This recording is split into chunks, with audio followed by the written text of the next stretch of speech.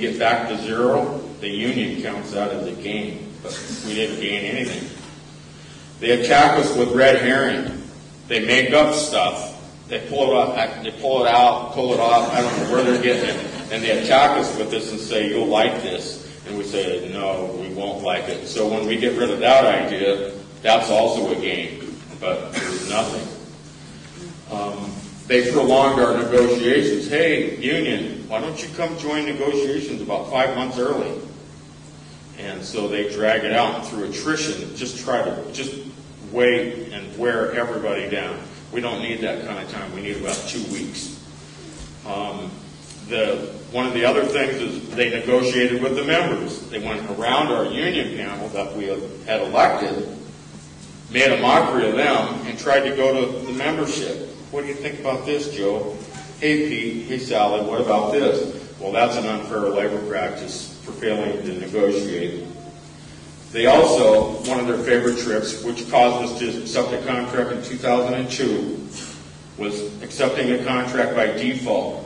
And if our members don't vote to strike by 66 2/3%, we'll accept the contract by default. So they craft an offer that will appeal to 35% of the audience, hoping that no way in hell those people are going to vote no on this agreement because they got everything they wanted, but 2/3 didn't. That's all we need to win is 35%. The last thing they did and crushed our strike now, along with the union's help, I'm not beating up on them, I'm just saying this is what happened when our union endorsed the last contract offer. The battle ended. And the last thing that Boeing, the death nail, the nail in the coffin, was here's $5,000 cash if you sign now. You've been unemployed for 2 months. Here's $5,000. Sign this. If somebody's got to sign you or pay you to sign a contract, isn't there a good likelihood that there's something wrong with it? Moving on. What did the union learn? What did we gain out of this? Well, how we started, we organized early. We started early. There was a lot of things that happened up to the strike. We organized around union dues. They were going to double our union dues. They were going to continue to fly around the globe in their private jet, the union officers back in Washington, D.C. And they wanted to double our dues, and they didn't want to justify $1 of it to anybody anywhere. Well, finally, after the convention delegates are elected, which I didn't win, they broke out with a few numbers, just a few. There were $5.7 million in the hole every year. We had 400,000 members. And I can't remember the math exactly, but it came out to about a $1.10 increase per member per month, and you're asking for 60. Okay. No, that didn't fly. So we organized a movement, got the members rallied, and lo and behold, we got that shot down, and I think our dues are going to go up around $6. So that was a huge victory for our rank and file. And the significance of that is that we got the members engaged and involved before the strike. They were already pumped because this issue was coming up during the strike. And we were being attacked for bringing this issue up in the middle of negotiations. Well, hello, we didn't have any control over the timing. And I stood by this statement. The facts will sort themselves out, and we should never run from the truth. And the truth will speak for itself. It's a pretty sharp sword, and if you stick with the truth, you can't go wrong. You can't control the timing, but the truth is a very sharp weapon.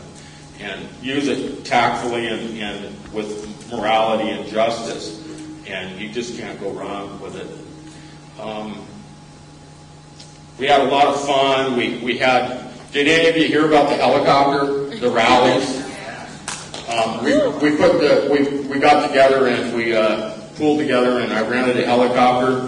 Boeing will not let us have photos or cameras on site, and those rallies are darn precious to me. They mean the world to me, and I did everything within my means to get pictures and photographs. I brought some of them in here. I've got a couple thousand photographs at home. And I went out on the highway one day, out on the freeway, where I could get arrested by the police. taking photos back inside the company plant. Security came over and said, "Who are you with? What paper are you with?" And I said, "The Independent." They bought it and went away. They don't know what by now, right? Whatever. So I figured, well, they're going to call Ever PD on me next time. They're not going to let this guy be up on the freeway. I got an idea. My friends, I got a helicopter connection. So we rented a helicopter. That was a gas. I'll never forget that.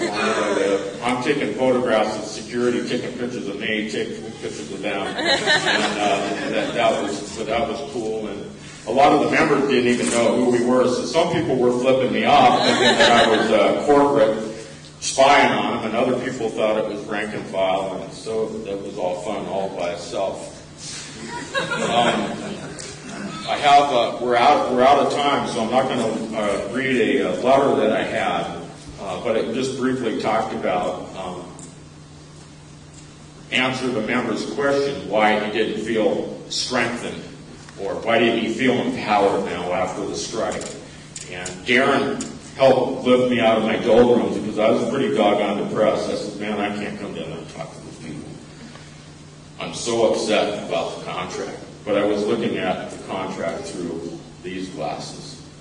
I couldn't see it through your glasses. I could only see the pain or the dance that went on. You could see the dance, but I could see the partner stepping on my toes. You couldn't. And I was focused on this down here. But there was a tremendous amount of solidarity and unity that happened out there. It's very special. So whether we won anything in the contract didn't even matter. It was the journey that mattered. The journey counted, and the trip from A to Z is what counted, the process that went along the way. So even if we had lost, it was still worthwhile exercise in solidarity and unity. And so I'm going to close with a thought. As you discussed broader elements, what did we learn from this that we could apply in another area in our lives? And I think that if we're big enough to put aside our politics of conservative, liberal, socialist, Ron Paul, or whatever, gay, straight, white, black, if we could put some of that aside and just look at the big picture, we have a tremendous opportunity to move forward. America's in dire straits. If we don't maintain our freedom, if we do not have freedom, our causes will never be heard and we'll never get there. So we have to find that common set of values and a common sense of purpose. If we share a common enemy, we have solidarity, and that's what we had at Boeing by having a common enemy. We all have a common enemy, no matter what political title I have on myself. And it's the attack on our liberties, habeas corpus, putting people in jail without trial, without warrant, without search, the right to bear and keep arms. All the rights that were given to us and protected in the Constitution are so vitally important that we can use lessons from this to build solidarity, to reach out in our communities. So we have the peace movement. My personal other big favorite, to strike at the root of evil in America, is the Federal Reserve, which doesn't even exist to begin with. And the last one that we can all find unity and a common bond on is the war effort and stopping that. And we can focus on those like three things for me. That's big three for me. To focus on those, I think we could go somewhere.